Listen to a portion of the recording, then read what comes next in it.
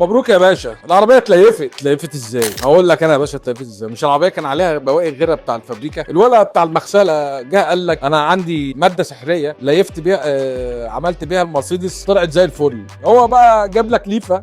المهم يعني العربيه اتليفت يا باشا. وبعدين اقول لك انا يا باشا هنعمل ايه؟ هنبتدي نسحق العربيه ثم نلمعها ثم نغسلها علشان يبان لو في خرابيش ضيقه نظبطها. بعد الغسيل هنطبق الجرافين. وعينك ما تشوف الا النور يا ريس. احنا خلصنا العربيه جرافين لقينا الكبوت مليان خرابيش لوحده محدش جه ناحيته. طب الحل لمعناه تاني طبعا وغسلنا الكبوت تاني وعدنا الجرافين تاني. بس الحمد لله المره دي ظبط. خلصنا؟ اكيد لسه. واحد هيسالني سؤال ذكي يقول لي لسه ايه بقى؟ لسه ناخد العربيه بتكشف الاشعه فوق بنفسجيه نلف عليها ونشوف الدفوات اللي الاستاذ محمد عاملها لنا. طبعا انا بحب افتح الرجاله اللي معايا فما عنديش اي مشكله ان انا اطلع دفواتهم على الملأ. هنا حبه دفوات خفيفه كده الحمد لله يا رب. محمد ظبطها والعربيه بقت زي الفل. كل سنه وانت طيب يا باشا. العربيه بقت محميه بجرافين امريكي حقيقي مش مضروب.